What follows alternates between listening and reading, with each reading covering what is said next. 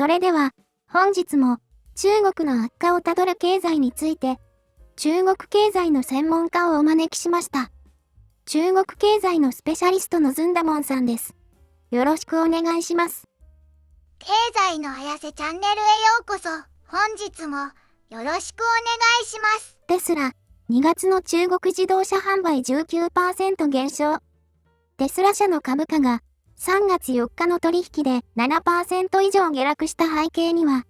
2月の中国市場での販売台数減少が大きく影響しています。この販売台数の減少は、中国における競争の激化と、春節、旧正月休暇の影響によるものです。中国乗用車協会 CPCA のデータによれば、テスラの中国製 EV の2月販売台数は前年同月比で、19% 減の6365台に落ち込みました。これは、2022年12月以来の低水準であり、同社の世界販売見通しに暗い影を落としています。このような状況に直面して、テスラは中国市場での販売促進策を強化し、保険補助を含む新たな販売促進策を導入すると発表しました。さらに、米国市場では2月に期間限定でモデル Y の価格を引き下げるなど、販売促進の努力を行っています。しかしながら、アナリストのトロイ・テスライク氏は、これらの努力にもかかわらず、テスラの1から3月の世界販売台数予想を45万台に下方修正しています。これは、テスラが直面している課題の大きさを物語っており、今後の同社の戦略と市場の反応に注目が集まっています。中国経済が昨年は 5.2% 成長ということですが、名目では 4.6% です。見栄えがいい。実質の数字を取り上げていますが、デフレです。そんな中、どのような指標を見ても 10% 下がっているのは明白です。いろいろなエコノミストが出している数字と、このチャンネルで取り上げてきた数字とは、かなり乖離があると思います。昨年の成長率を下方修正して、そして今年の成長を上げようとしているところもありました。実際のところは、改ざんに改ざんを重ねているものと思われます。EV 企業についても赤字を垂れ流しているところが多く、かつて動画でもお話ししていますので、概要欄からご覧いただきたいと思います。給料未払いが多発しており、公務員でさえ給料をカットされる時代ですので、アメリカ製の高級 EV を買っている時ではありません。まずは、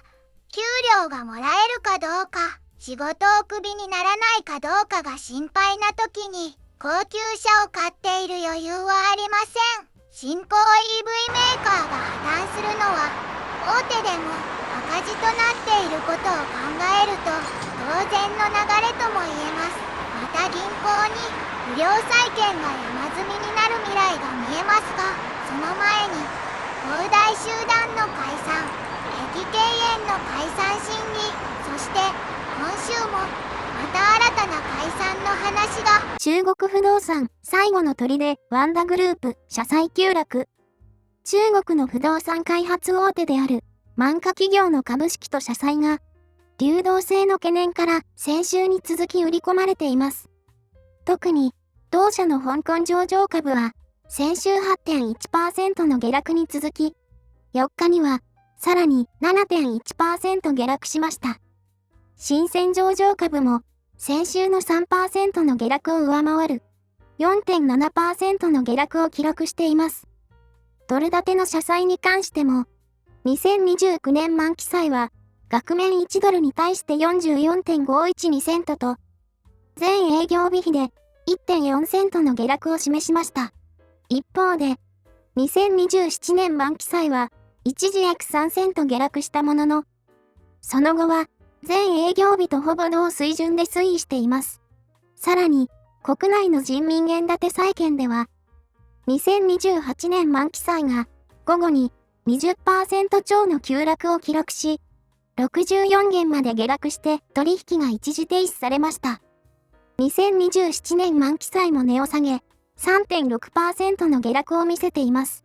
それにもかかわらず、その他の原建て債券は全般的に安定しており、1% 以上の上昇を示しています。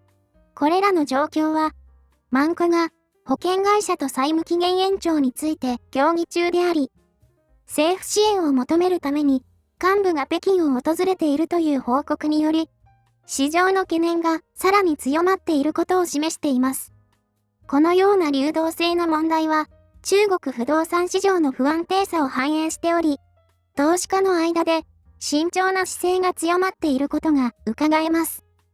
いよいよワンダグループまでに不動産危機が訪れているということですね。トップ3社は全てデフォルトするのではないかという状態になっていますね。恒大集団は解散手続きですが、全く解散する気がありません。させる気と言った方が正しいですね。碧桂園も解散審理が5月13日に行われます。デフォルトしてからうまく立ち回れた企業は今のところ見ていませんので、ワンダグループもまずはこのデフォルトの道を通りそうです。回避のために中央政府に泣きついていますが、政府は地方政府の借金、融資平台だけで手一杯でしょうね。このあたりも過去の動画で話していますが、融資平台の利払いだけで日本の国家予算に匹敵する 90% くらいの利払いが必要となっています。工事のためのホワイトリストで20兆円、株価買い支えのために40兆円という話は出ていますが、どこからお金を捻出するのか非常に難しいですね。もうすでに不動産だけではなく EV も倒産していますし、投資信託の昼食集団の話はどうなったのでしょうか。本日の反戦指数は 2.53% の急落です。5% 成長なんて言っているからでしょうか。不動産完全崩壊、ドイツ銀行、セコウ集団に解散申し込み。ドイツ銀行が中国の不動産開発会社であるセコウ集団に対して、香港で清算申し立ての準備をしていることが報じられました。これは外国企業による中国の不動産会社に対する清算申し立てとしては珍しい動きであり、中国不動産セクターの危機が深まっていることを示唆しています。セコウ集団は2022年7月に10億ドルのオフショア債の元利金返済に失敗し、その結果117億ドル相当のオフショア債全体がデフォルトとみなされました。関係者によると、ドイツ銀行はセコウ集団の債務再編条件を受け入れがたいと判断し、今月中に清算申し立てを行う意向です。この情報に対して、ドイツ銀行はコメントを控え、セコウ集団もロイターの問い合わせには回答していません。このニュースは、香港の高等法院が今年1月に中国恒大集団の清算を命じた事例や、碧桂園空港が16億香港ドル相当のタームローンの返済に失敗したことを受けて債権者が清算を申し立てた事例と並び、中国の不動産業界で高まるリスクと不安定性を示しています。ワンダもこの道をたどりそうな予感がします。セコウ集団空港有限公司は中国上海に拠点を置く多国籍コングロマリットです。1989年に巨栄坊によって設立されたこの会社は、ホテル、商業施設、テーマパーク、オフィスビル、住宅など、様々な不動産開発プロジェクトに関与しています。セコウグループは、中国最大の民間不動産開発会社であり、フォーチュン500にもランクインしていました。セコウグループは、中国本土、香港、マカオ、米国、カナダ、英国、オーストラリアなど世界中に事業を展開しています。同社は高品質な製品とサービスで知られており、数々の賞を受賞しています。セコウグループは積極的な企業市民としても知られており、教育、医療、環境保護などの分野に多額の寄付を行っています。最近のセコウグループのプロジェクトには、上海の上海タワー、北京の中国村、香港の ICC などがあります。債務データは昨年の23年6月に1200億円の純損失を出しています。不負債総額は10兆円、総資産は11兆円です。恒大集団49兆円、碧桂園30兆円、施工集団10兆円。返せないからデフォルトしているわけですが、リーマンショックと比べてもはるかに危ない状況ですが、解散してもしなくても銀行の貸し倒れ引当金が中国では発生しないのですね。アメリカならば潰れていると思いますが、こんな株式市場から外国人が逃げ出していくのですね。銀行が引き出しに応じない話がよく聞かれます。こんな中5% 成長するんだって誰か王様は裸だということを教えてあげて、それは馬じゃなく鹿だということを教えてあげて、超高特買いのようなやりとりが先人代であったのでしょう。秦の末期か後漢の末期か、若者が食を買っているそうで、これまた後漢の末期にあった官職を金で買う曹操はこれを非常に嫌っていたとの話です。異常末期的な中国経済のお話でした。どこまで隠し通せるのか気になりますね。中国売上比率1位 TDK と中国経済。ここから先はもう少し込み入った話になります。前回日本の個別企業から中国関連株を見て、どれくらい儲かっているのか、いやどれくらい中国の販売が落ちているのかを調べようとしました。オムロンは 98% 減益で国内外の従業員を解雇する方向に向かっていました。その続きを調べてみようと思います。今回は中国の売上比率トップの TDK です。TDK の売上や利益自体はと思っていましたが、売上も営業利益も純利益も下がっています。売上は 5.3% マイナス。営業利益は 17.5% マイナス。そして、税引き前利益は 16.5% マイナス。純利益は 12.7% マイナスで、この落ち込みはひどいです。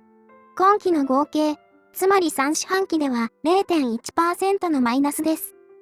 外貨建てだとバーゲンセールと言われていますが、まあ、昨年からバーゲンセールだったわけですが、今年始まったことではないのですが、さて、もう少し踏み込んで、中国の売上は、どのようになっているのでしょうか。3四半期累計だと、8.3% のマイナス。9639億4300万円から8842億7400億円に減少しています。1兆6189億6100万円の売上なので、54% が中国からの売上になります。第3四半期だけだと約 10% のマイナスで、さらに売上が落ちているということになります。2022年第3四半期の中国売上は3453億3900万円。2023年第3四半期の中国売上は3120億7900万円です。輸出規制の影響でしょうか、アメリカの売上も減っています。ということで、中国売上比率1位の TDK の売上状況と中国での売上についてお話ししてきました。やーっておしまいということだったので、あらほらさっさーとなんとか調べてみました。このようなデータは中国がいくら GDP が 5.2% だと言おうと 4.6% と言おうと今年が 5% だと言おうと隠せるものではありません。このような事実に反し、中国株は政府の買い支えで上がっています。日本も GDP が低下しているのに上がっています。投資の対価ウォーレン・バフェットも現在買うものがないと言っていますので現金化していますが、日本株は NISA で買い上がっています。中国のリスクはすでに破裂しているのですが、熱狂時にはリスクを無視します。日本の利上げ可能性をロイターが伝えているところも面白いです。中国も日本も経済に注目していきたいと思います。本日の動画はいかがだったでしょうか。お気に召しましたら高評価、登録とベルの通知もよろしくお願いします。